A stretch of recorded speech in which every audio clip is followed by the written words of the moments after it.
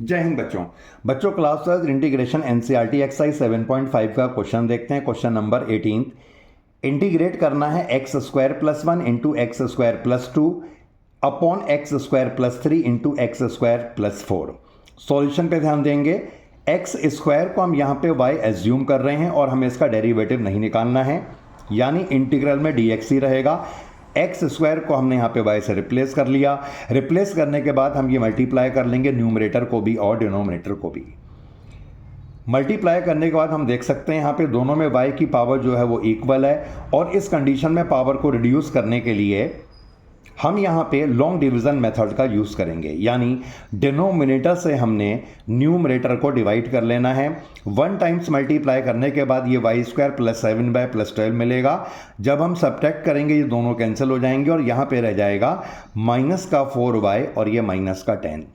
Divide करके जो form आती है इससे हम लिखते हैं q plus R upon D, यानी quotient plus remainder upon divisor. तो हमने इसे लिख दिया है q plus R upon D. इन दोनों में हमने माइनस बाहर निकाला। यहाँ पे 1 dx था जिसका इंटीग्रल x हो जाएगा, और इस पूरे को हमने यहाँ पे i से डिनोट करके इक्वेशन नंबर 1 इसे बना लिया है। और जो ये i इंटीग्रल आया इसे हम अलग से सॉल्व करेंगे। तो यहाँ पर जो इंटीग्रल था वो इस फॉर्म में था 4y plus 10 upon y plus 3 into y plus 4, जिसको पार्शियल फ्रैक्शन में हम लिख सकते हैं a upon y plus 3 plus b upon y plus 4। LCM निकलेगा, दोनों का प्रोडक्ट होगा। ये यहाँ पे मल्टीप्लाई, ये यहाँ पे मल्टीप्लाई। डिनोमिनेटर कैंसिल करने के बाद हमें एक इक्वेशन मिल जाएगी। जब y को हम यहाँ पे -3 से रिप्लेस करेंगे 0 हो जाएगा, और -3 यहाँ पे लगाने के बाद हमें a की वैल्यू मिलेगी जो आएगी -2। y को जब हम -4 लगाएंगे ये a वाली टर्म 0 होगी और इस समय b मिल जाएगा 6। तो हमारा इंटीग्रल ये था, और यहाँ पर ये इसके इक्वल था, यानी इसका इंटीग्रल इन दोनों के अलग अलग इंटीग्रल के इक्वल होगा, जिसमें a और b की वैल्यू को हम रिप्लेस कर लेंगे।